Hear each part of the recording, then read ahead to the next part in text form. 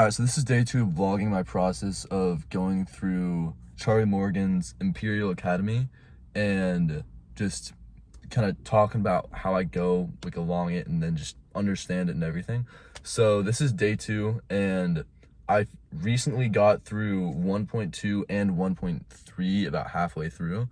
And 1.2 is all about luxury aximoniums, or however the fuck you say that, but something along those lines, which is basically just a really fancy way of saying like the foundational principles of business, like first principle. And in that one, the main thing that I learned was just the way that a business makes money is by solving problems, and you solve a problem by alleviating pain.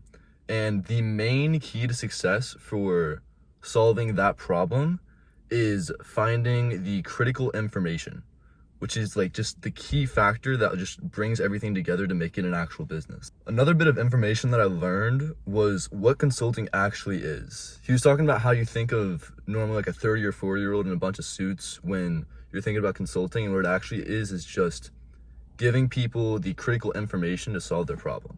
And the 3 types he talked about was done for you, done with you, and do it yourself. And I decided that I want to go for done for you because I feel like it's a much easier sell and you can get much higher ticket clients when you're offering to like just do it all yourself and not have them spend their time to use your information.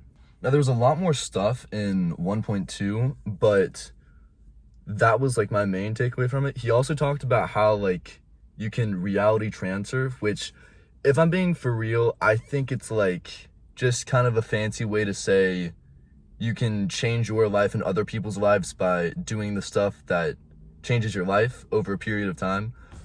So I feel like that went on a little bit extra unnecessarily because it's kind of just like simple logic, but maybe it's just not clicking for me. But yeah, that's kind of all I got from it. You can change your life and other people's lives by doing the inputs that allow for you to change the life and waiting for enough time to see it. So yeah, that was another bit of that. So put super simply, doing the things that create change over time will create change. That's kind of it. I also made it about halfway through 1.3, which was six-figure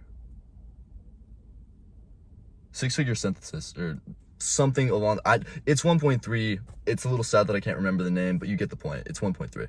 And basically the main takeaway from that was I didn't realize until he pointed it out that like as a human your memory is really, really shit, and the curve of which like you remember something is like that, and then the curve of which you like when you put that knowledge into actions, it's like that, and it's like an inverse curve of each other.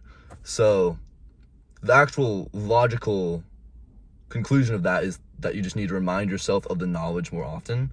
It was talking about how he rereads the mindset books that give him the knowledge that he has now every like 3 to 6 months.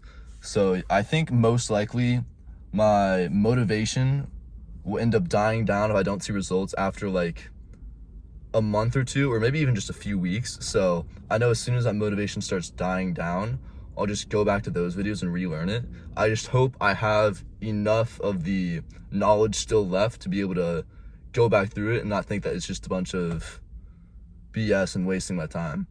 But yeah, I hope I'm able to go back through it if I get to that point. So another tidbit of information that I want to talk about was how I got work done yesterday. And this isn't like to like toot my own horn or anything, but like I think I probably worked for the longest I ever have in one day, because from about like 8 a.m. to about 11 p.m., other than like walking, eating, and like watching one TV show, all I did was get some sort of work done. And I don't think I've ever actually done that in my life. This is the first time I've done it.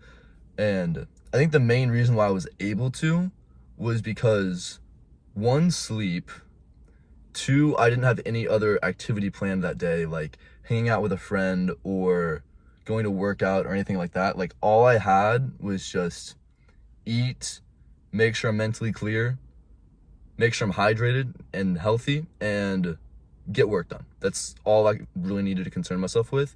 And then 3, there's no other source of dopamine at all. Like, my phone is on grayscale. It's been on grayscale for like the past half a week. Like, it's on grayscale currently. And I don't have TikTok. I don't have Instagram. I only listen to music when I'm working out. And yeah, I think that just allowed me to be able to get a ton of work done and not be that miserable while getting work done. Because I know if I'm on short form content, if I'm on like watching random bullshit YouTube videos, then I'm not gonna be as focused when getting actual meaningful work done. And I'm gonna like dread getting work done instead of like either being neutral towards it or actually enjoying it. So I think for anyone who wants to like work for long hours in a day, I don't think it's good to do that for like 7 days a week and that being all you do, because I think you should still be active. I think you should still be social. I think you should still see your family, have a dating life and all of that. But I think it's very beneficial to do once, just to realize you can do it and have the identity of like, if I need to, I could work for this entire day and I'd be fine. Just make sure to prioritize sleep, water, and walks if you're working the entire day. That's just at least the best result that I've seen is when I prioritize those 3 along with work.